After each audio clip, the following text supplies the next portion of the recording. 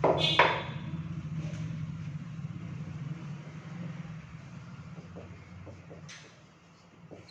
जनन तंत्र के बारे में अपन पढ़ रहे थे।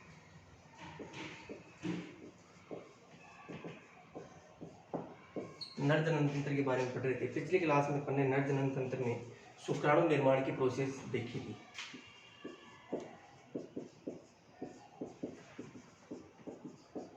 शुक्राणु निर्माण की प्रोसेस देखी थी, उसको एक बार और देख लेते हैं। शुक्राणु निर्माण की प्रोसेस, क्योंकि ये शुक्राणु निर्माण की जो प्रोसेस है, प्रक्रिया है, वो एग्जाम में कई बार इसको पूछा जाता है। शॉर्ट नोट्स के रूप में पूछ सकते हैं या मेजर के रूप में भी इसको पूछा जा सकता है। सबसे पहले तो शुक्राणु निर्माण की प्रक्रिया जो होती है वो 2 चरणों में होती है। सबसे पहली अवस्था स्पर्मेटोजेनेसिस, पहली अवस्था कौन सी होती है? स्पर्मेटोजेनेसिस। दूसरी अवस्था स्पर्मियोजेनेसिस, स्पर्मियोजेनेसिस। पहली अवस्था स्पर्मेटोजेनेसिस, दूसरी अवस्था स्पर्मियोजेनेसिस। अब देखो ये अवस्थाएं कौन कौन सी होती है। मैंने सबसे पहले आपको बताया था, पहली कोशिका मदर कोशिका, मदर सेल XY द्विगुणित होती है, जिसको जर्म सेल्स भी कहा जाता है। इस जर्म सेल्स के अंदर 4 बार समसूत्री विभाजन होते हैं। सही है, 4 बार समसूत्री विभाजन होंगे। एक बार इसके अंदर, फिर 2 बार, एक बार हो गया, फिर इसके अंदर। इस प्रकार 4 बार समसूत्री विभाजन हो गया। पहला समसूत्री विभाजन, दूसरा समसूत्री विभाजन, तीसरा समसूत्री विभाजन और चौथा समसूत्री विभाजन। ये इसमें भी होता है, इसमें भी होता है, इसमें भी होता है, इसमें भी होता है, फिर इसमें होता है, इसमें होता है। इन सब के अंदर एक एक बार समसूत्री विभाजन होता है। सही है, देखो इसके अंदर हो गया, इसके अंदर हो गया, इसके अंदर हो गया, इसके अंदर हो गया, इसमें हो गया। सिर्फ 4 बार होगा, 4 बार समसूत्री विभाजन। सही है, इन सब के अंदर ऐसे समसूत्री विभाजन होता है, 4 बार समसूत्री विभाजन होता है। और इस अवस्था को, इन कोशिकाओं को क्या बोला जाता है? स्पर्मेटोगोनिया। इन कोशिकाओं को क्या बोला जाता है? स्पर्मेटोगोनिया। क्या बोला जाता है इनको? स्पर्मेटोगोनिया इनको कहा जाता है। ये टोटल कितनी बनेगी? टोटल कितनी बनेगी? ये 16 कोशिकाएं बनती है। एक कोशिका से 16 कोशिकाएं बनती है, जो स्पर्मेटोगोनिया होता है। मतलब एक मदर कोशिका से 16 स्पर्मेटोगोनिया का निर्माण होता है। कितने? 16 स्पर्मेटोगोनिया का निर्माण होता है। ये 2n होती है, दो सब में XY पाया जाता है, क्योंकि अगर नर में अगर ये उत्पन्न हो रही है तो सब में क्या होगा? XY। अब मैं क्या करता हूँ, एक स्पर्मेटोगोनिया को यहाँ से उठा लेता हूँ। अब इसमें किस प्रकार विभाजन होता है? ये तो कौन सा विभाजन था? यहाँ पे समसूत्री विभाजन जो हो रहा है, वो समसूत्री विभाजन।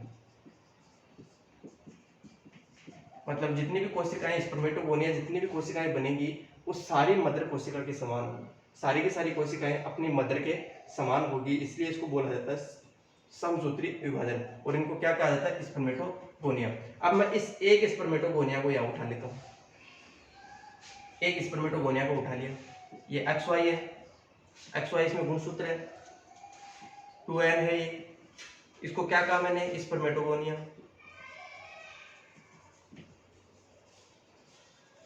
क्या कहा इसको? स्पर्मेटोगोनिया। अब इसके अंदर क्या होगा? इसके अंदर क्या होगा? ये समसूत्री विभाजन हो गए। एक कोशिका में 4 विभाजन होगा, 1 2 3 4। 4 विभाजन होने के बाद जितनी स्पर्मेटोगोनिया होती है, उसका कितने संख्या होती है? इनकी 16 संख्या होती है। सही है, अब मैं एक स्पर्मेटोगोनिया को उठा लेता हूँ। अब ये स्पर्मेटोगोनिया है, ये अपनी संख्या मैंने ये अपने आकार में बढ़ोतरी करती है। क्या करती है? ये अपने आकार में बढ़ोतरी करती है। सारी की सारी एक साथ करेगी, ये भी करेगी, ये भी करेगी, ये भी करेगी। 16 जितनी 16 की 16 कोशिकाएं जितनी बनी है मदर कोशिका से, जितनी स्पर्मेटोगोनिया बनी है 16, सबके अंदर ऐसा ये प्रोसेस चालू रहेगा, सबके अंदर रहेगा। मैं केवल एक को ले रहा हूँ, सारों को तो मैं ले नहीं सकता इतना, क्योंकि लंबा चौड़ा हो जाएगा। तो मैं केवल एक कोशिका को ले रहा हूँ, और ये एक कोशिका में ये इसमें जो परिवर्तन होगा वो सारा इनके अंदर भी होगा। तो देखो स्पर्मेटोगोनिया, अब 16 कैसे ये होगी? 16 बन गई, 1 से 16 बन गई। सही है, अब 16 के अंदर एक कोशिका से 4 शुक्राणुओं का निर्माण होगा। एक कोशिका से 4 शुक्राणुओं का निर्माण होगा तो 16 कोशिकाओं से कितना होगा, 64 शुक्राणुओं का निर्माण होगा। इसका मतलब है एक मदर कोशिका से 64 शुक्राणुओं का निर्माण होता है। एक मदर कोशिका से 64 शुक्राणुओं का निर्माण होता है। तो यहाँ पे देखो स्पर्मेटोगोनिया बन गया। ये स्पर्मेटोगोनिया बनने के बाद इसके अंदर क्या होता है, आकार में ये बड़ी हो जाती है, आकार में बड़ी हो जाती है। इस पीरियड को बोला जाता है ग्रोथ पीरियड। इस पीरियड को क्या बोला जाता है, ग्रोथ पीरियड। इस पीरियड को क्या बोला जाता है, ग्रोथ पीरियड। समझ में आ गया। स्पर्मेटोगोनिया अपने आकार में वृद्धि करती है, इसको बोला जाता है ग्रोथ पीरियड। अब ग्रोथ करने के बाद जो कोशिका बनी है इसको बोला जाता है प्राइमरी स्पर्मेटोसाइट।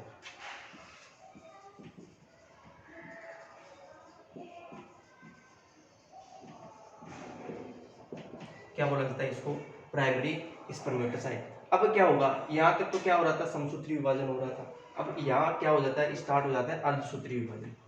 यहाँ पे अर्धसूत्री विभाजन होगा। अर्धसूत्री विभाजन फर्स्ट, जिसके अंदर 2 कोशिकाएं बनेगी, जिनके अंदर गुणसूत्रों की संख्या कैसी होगी, आधी आधी। एक अक्ष इसमें होगा, एक वाई इसमें होगा। सही है, दोनों में अक्ष वाई है, क्योंकि नर में क्या हो, कौन से गुणसूत्र पाए जाते हैं, एक्स वाई। इसमें अक्ष आएगा, एक में वाई आएगा। ये अर्धसूत्री विभाजन कौन सा हो गया, फर्स्ट। ये कोशिका थी, इसको क्या कहता है, प्राइमरी स्पर्मेटोसाइट, और इसको क्या कहा जाता है, सेकेंडरी स्पर्मेटोसाइट।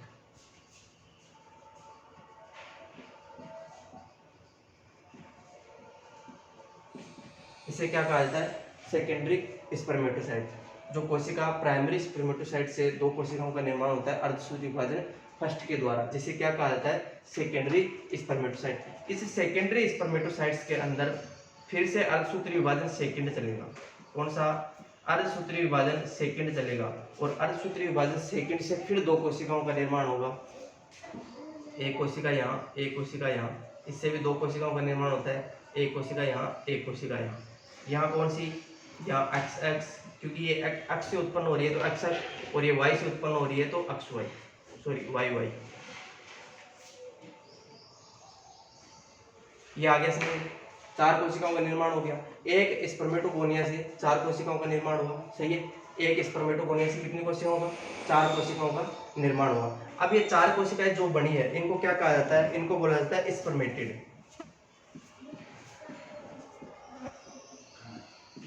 इनको क्या कहा जाता है, स्पर्मेटिड। इन कोशिकाओं को क्या कहा जाता है, स्पर्मेटिड। ये जो प्रोसेस है स्पर्मेटोगोनिया से स्पर्मेटिड का निर्माण होना, ये प्रोसेस क्या कहलाता है, स्पर्मेटोजेनेसिस। इस प्रोसेस को क्या कहा जाता है, स्पर्मेटोजेनेसिस।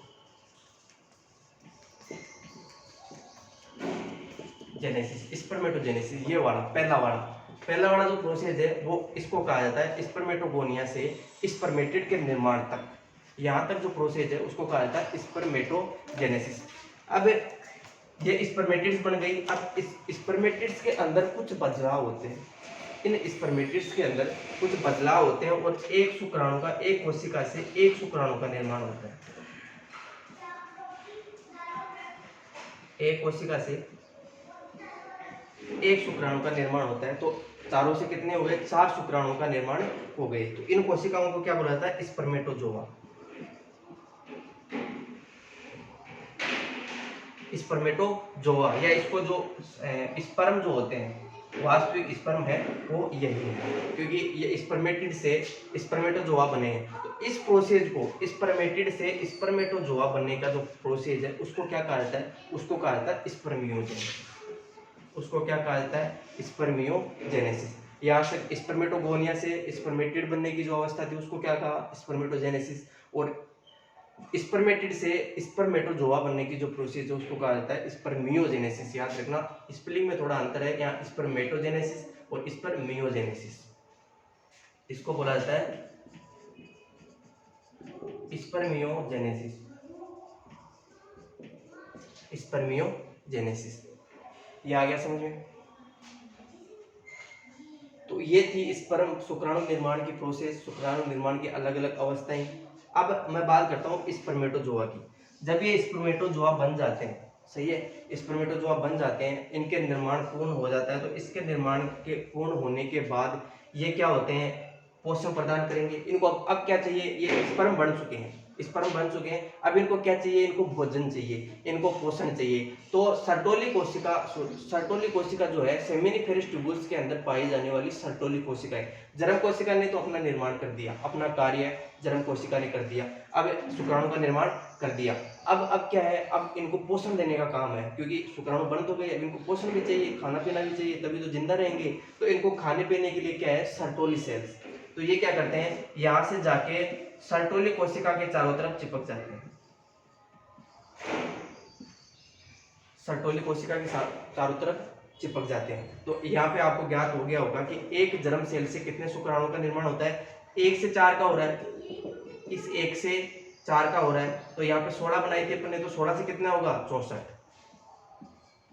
16 से 64 शुक्राणु का निर्माण यहाँ पे हो जाता है। तो ये सारे के सारे जो शुक्राणु है वो सेमिनिफेरस ट्यूबुल्स में पाई जाने वाली सर्टोली कोशिका के चारों तरफ जाके चिपक जाते हैं और अपना पोषण प्रदान करते हैं। सर्टोली कोशिका के चारों तरफ ये सारे के सारे 64 के 64 जाके वहां पे चिपक जाते हैं और चिपकने के बाद क्या करते हैं, पोषण लेते हैं, यहाँ से पोषण लेते हैं। ये कौन सी कोशिका है, सर्टोली कोशिका,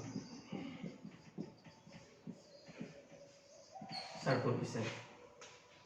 अब जब इनको शरीर से बाहर निकालने की आवश्यकता होती है, जो स्पर्म होते हैं सर्टोली कोशिका से चिपक के जब इनको शरीर से बाहर निकालने की आवश्यकता होती है, तो ये क्या करते हैं, सर्टोली सेल से अलग हो जाते हैं। जब इनको एपिडिडाइमिस अधिवर्षण में जाना होता है, तो ये क्या करते हैं, यहाँ से अलग हो जाते हैं। क्या से, सर्टोली कोशिका से अलग हो जाते हैं। तो इस प्रोसेस को क्या बोला जाता है, सर्टोली कोशिकाओं से अलग होते हैं, तो इस प्रोसेस को क्या बोला जाता है, क्या बोला जाता है,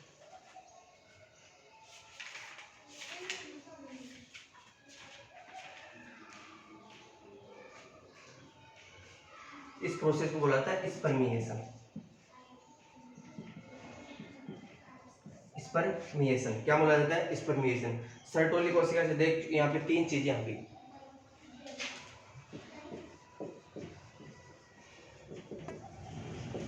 यहाँ पे 3 चीजें आती है। एक तो स्पर्मेटोजेनेसिस, स्पर्मेटोजेनेसिस मतलब स्पर्मेटोगोनिया से स्पर्मेटिड का निर्माण करना क्या कहलाता है, स्पर्मेटोजेनेसिस।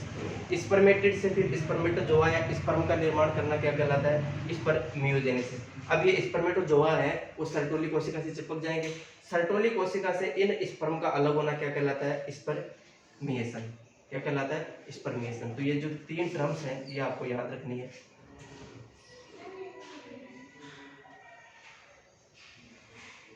तो ये हो गया आपके शुक्र जनन, शुक्राणु निर्माण की प्रोसेस। शुक्राणु निर्माण इस प्रकार किया जाता है।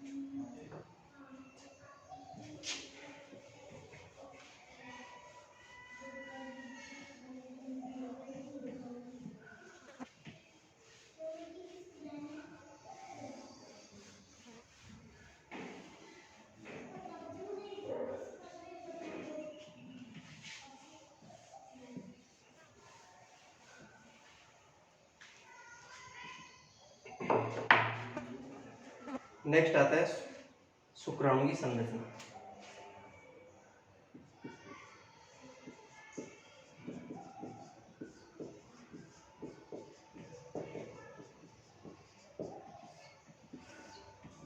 शुक्राणु की संरचना,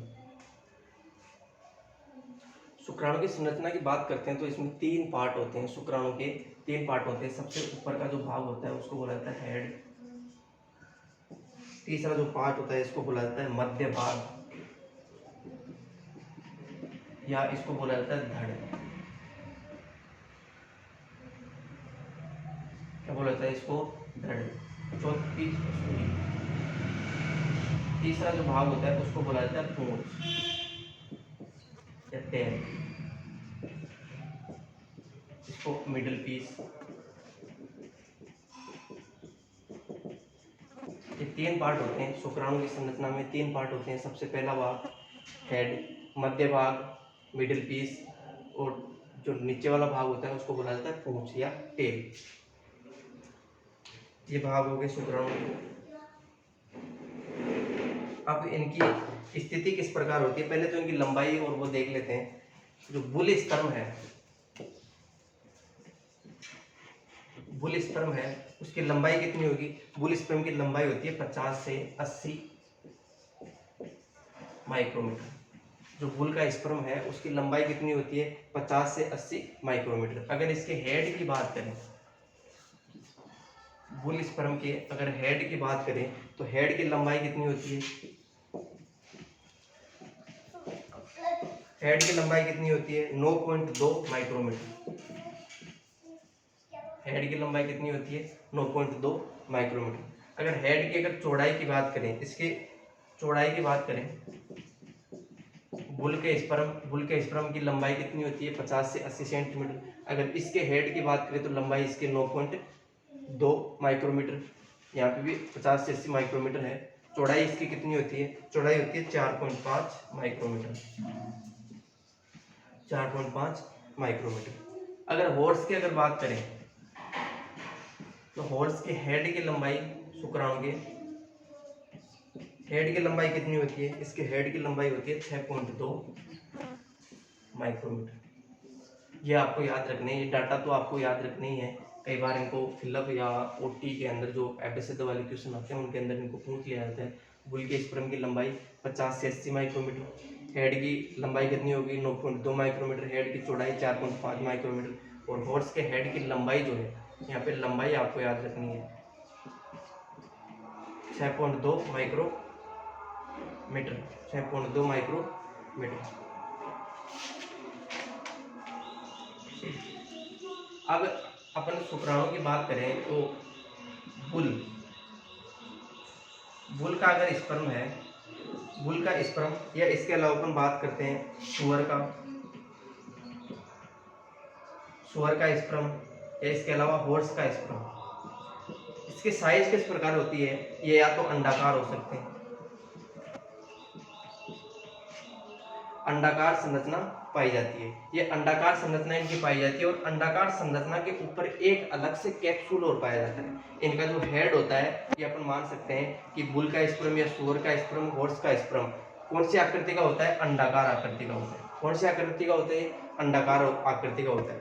अंडाकार आकृति का होगा तो इनका स्पर्म जो है, स्पर्म के हेड के ऊपर एक कैप्सूल पाया जाता है, कैप्सूल पाया जाता है। या अपन कह सकते हैं कि जो सर्टोली कोशिकाएं होती है उनका ही कुछ भाग टूटकर इनके ऊपर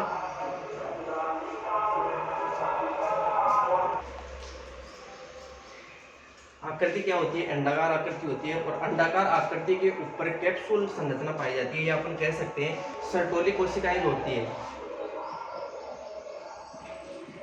सर्टोली जो सेल्स होती है उनका ही कुछ भाग होता है, वो इनके ऊपर चिपक के आ जाता है। उस भाग को क्या कहा जाता है, उस भाग को अलग से नाम दिया जाता है जिसको नाम है गैलिस कैपिटिस।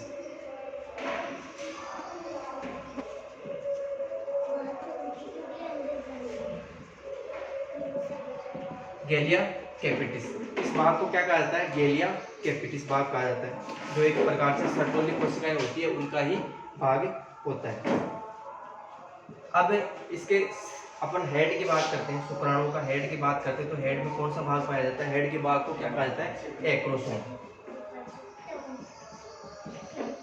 हेड का जो भाग होता है उसको कहा जाता है एक्रोसोम। और जो एक्रोसोम होता है उसका कार्य क्या होता है, एक्रोसोम में एक एंजाइम पाया जाता है जिसको बोला जाता है हाइल्यूरोनिडेज एंजाइम।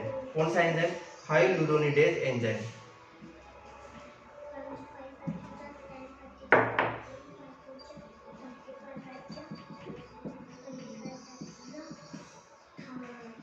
कौन सा एंजाइम पाया जाता है, हाइल्यूरोनिडेज एंजाइम इसके अंदर पाया जाता है। इस एंजाइम की वजह से क्या होता है, ये एंजाइम जो है, ये मादा का जो अंडा होता है, अंडे के ऊपर जो कवरिंग पाई जाती है जोना पेल्लुसिडा, सही है। अंडे के ऊपर कौन सी कवरिंग पाई जाती है, बाहर की कवरिंग, जोना पेल्लुसिडा। तो ये जोना पेल्लुसिडा जो कवरिंग है, जो परत है, उसको नष्ट करने का काम कौन करता है, हाइल्यूरोनिडेज एंजाइम, जो किसमें पाया जाता है, शुक्राणु के हेड में पाए जाने वाले एक्रोसोम में पाया जाता है।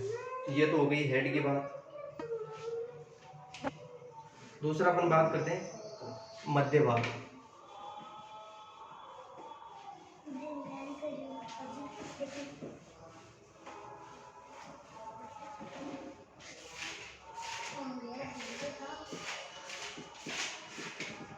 ये हो गया मध्य भाग की बात करते हैं। शुक्राणुओं के हेड की अपन बात करें, हेड के अंदर पाया जाता है एक्रोसोम। एक्रोसोम में क्या पाया जाता है? एक्रोसोम पाया जाता है हाई ल्यूरोनिडेज एंजाइम, जो कि एग के फीमेल के एग के जो ऊपर पाए जाने वाली जो कवरिंग है जोना पेलुसिडा, उसको नष्ट करने का काम करता है। कौन सा एंजाइम? हाई ल्यूरोनिडेज एंजाइम, जो कि हेड के एक्रोसोम में पाया जाता है। मध्य भाग की बात करें तो शुक्राणु का जो मध्य भाग होता है उसके अंदर माइटोकॉन्ड्रिया पाए जाते हैं।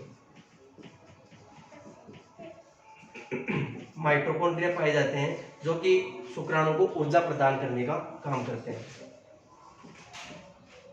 स्पर्म एनर्जी, स्पर्म की एनर्जी का काम करते हैं, स्पर्म को एनर्जी प्रदान करने का काम करते हैं। इसकी लंबाई की बात करते हैं, इस भाग की अगर लंबाई की बात करते हैं तो इसकी लंबाई होती है 14 से 18 माइक्रोमीटर। लंबाई कितनी होती है इसकी?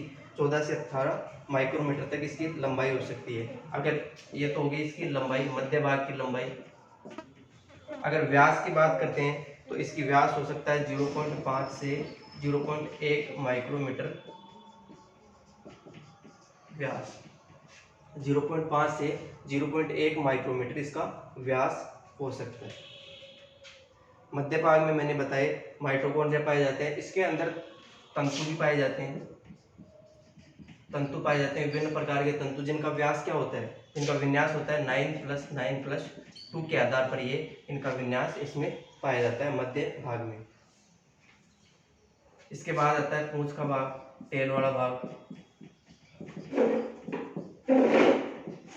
टेल भाग की अगर बात करते हैं तो इसकी जो लंबाई है वो हो सकती है 4 माइक्रोमीटर तक लंबाई। टेल भाग की लंबाई कितनी हो सकती है? 4 माइक्रोमीटर तक। और पूंछ वाला जो भाग है वो एक प्रकार से मध्य भाग का ही विन्यासित रूप है, मध्य भाग से निकला हुआ भाग है जो इसको गति प्रदान करता है, शुक्राणु को गति प्रदान करता है, शुक्राणु को गति प्रदान करता है या इसकी गति या मूवमेंट में सहायता करता है। तो ये पार्ट हो गए इसके शुक्राणु के। अब इसकी संरचना की अगर बात, संरचना की देख लेते हैं इसके एक बार।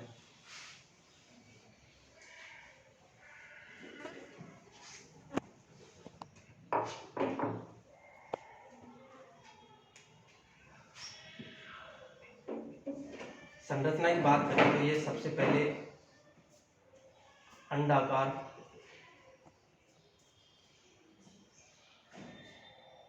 क्या हो गया? ये हो गया इसका हेड वाला भाग,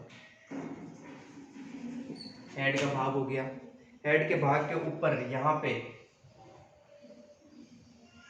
इसकी कवरिंग पाई जाती है, जिसको अपन ने नाम दिया, जो कि सर्टोली सेल्स का ही भाग होती है, इसको नाम दिया क्या? गेलिया कैपिटिस।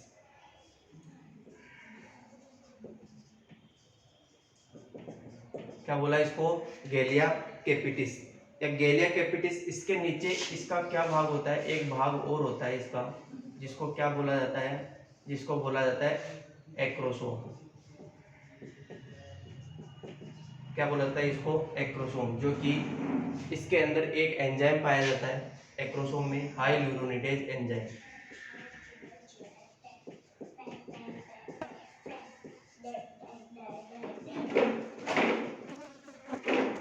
कौन सा एंजाइम पाया जाता है इस एक्रोसोम में? हाई ल्यूरोनिडेज एंजाइम पाया जाता है। ये क्या कार्य करता है? हाई ल्यूरोनिडेज एंजाइम का क्या कार्य है? मादा में अंडाणु की परत, कौन सी परत? जोना पेलुसिडा,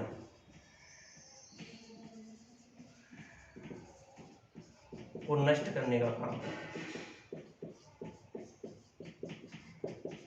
जोना पेलुसिडा को नष्ट करने का कार्य करता है। याद रखना, ये हेड वाला पार्ट है। हेड में कौन सा पार्ट पाया जाता है? इसमें एक्रोसोम पाया जाता है। एक्रोसोम में क्या पाया जाता है? हाई ल्यूरोनिडेज एंजाइम इसमें पाया जाता है। इस हाई ल्यूरोनिडेज एंजाइम क्या काम करता है? ये मादा का जो अंडाणु होता है उसके ऊपर पाई जाने वाली परत जो है, बाहर की परत है जोना पेलुसिडा, इस जोना पेलुसिडा को नष्ट करने का कार्य करता है कौन?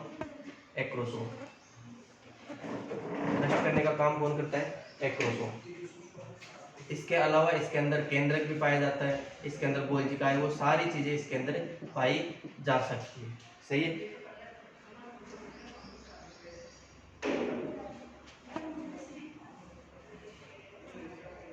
इसके बाद में आता है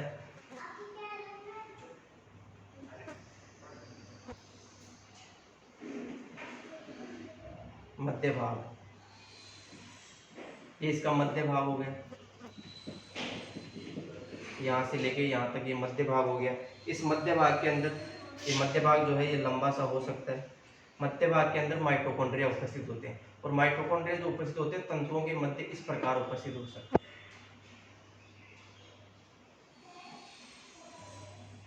इस प्रकार ये माइटोकॉन्ड्रिया इसमें उपस्थित होते हैं।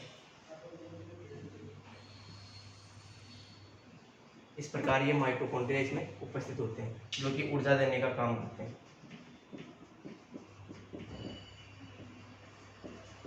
माइटोकॉन्ड्रिया इसके अंदर उपस्थित होते हैं, जो क्या करते हैं, ऊर्जा देने का काम करते हैं।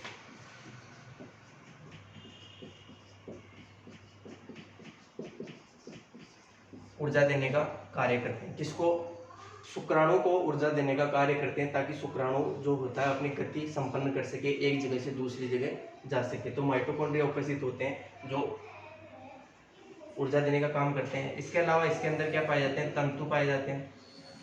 इन तंतुओं का विन्यास क्या होता है, 9+2, 9+9+2। ये आपको याद रखना है, डायरेक्ट इसको याद रख लो। जो तंतु होते हैं उनका विन्यास क्या होता है, 9+9+9+2।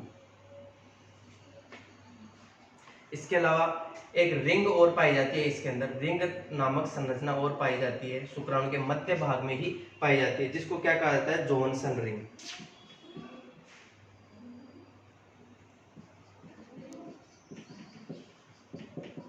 इसको क्या कहा जाता है, जोहानसन रिंग। इसको मध्य भाग जो होता है, मध्य भाग के अंदर ही एक रिंग समान संरचना और पाई जाती है, जिसका नाम क्या है, जोहानसन रिंग। कई बार इसको भी पूछ लिया जाता है कि जोहानसन रिंग जो है वो शुक्राणु के कौन से भाग में पाई जाती है, स्पर्म के कौन से भाग में ये उपस्थित होती है। तो कौन सी रिंग, जोहानसन रिंग, और मध्य भाग में पाई जाती है। इसी के बाद में आता है पूंछ का भाग।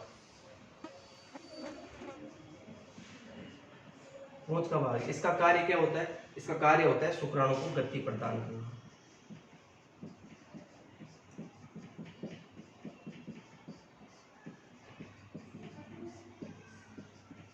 शुक्राणु को गति प्रदान करना किसका काम होता है, ये पूंछ का काम होता है।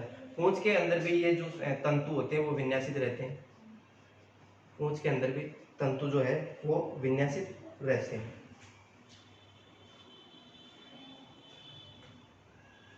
तो ये हो गया इसका एक शुक्राणु की संरचना होगी, जिसमें सबसे ऊपर वाला भाग कौन सा हो गया, हेड हो गया। उसके बाद में मध्य भाग हो गया, तीसरा भाग हो गया इसका पूंछ। हेड के अंदर कौन सी संरचना पाई जाती है, एक्रोसोम संरचना पाई जाती है। जो मेन संरचना है वो यही है, एक्रोसोम, जिसके अंदर क्या पाया जाता है, एक एंजाइम पाया जाता है, हाई ल्यूरोनिडेज एंजाइम। इस हाई ल्यूरोनिडेज एंजाइम का कार्य क्या होता है, मादा में अंडाणु की जो बाहरी परत होती है, जोना पेलुसिडा, चाहिए, इस जोना पेलुसिडा को नष्ट करने का कार्य करता है कौन, हाई ल्यूरोनिडेज एंजाइम। अपन बात करते हैं मध्य भाग की। तो मध्य भाग में क्या पाए जाते हैं, माइटोकॉन्ड्रिया पाए जाते हैं, जो ऊर्जा देने का कार्य करते हैं। मध्य भाग में माइटोकॉन्ड्रिया पाए जाते हैं, जो ऊर्जा देने का कार्य करते हैं। इसके बाद में, इसके अलावा इसमें तंतु पाए जाते हैं, 9+9+2 इसका विन्यास होता है। तंतु का विन्यास क्या होता है, 9+9+2।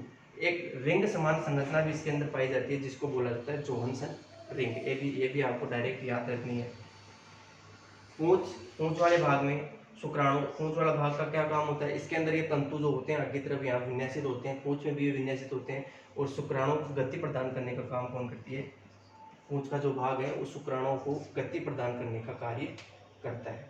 तो ये शुक्राणु की संरचना कंप्लीट।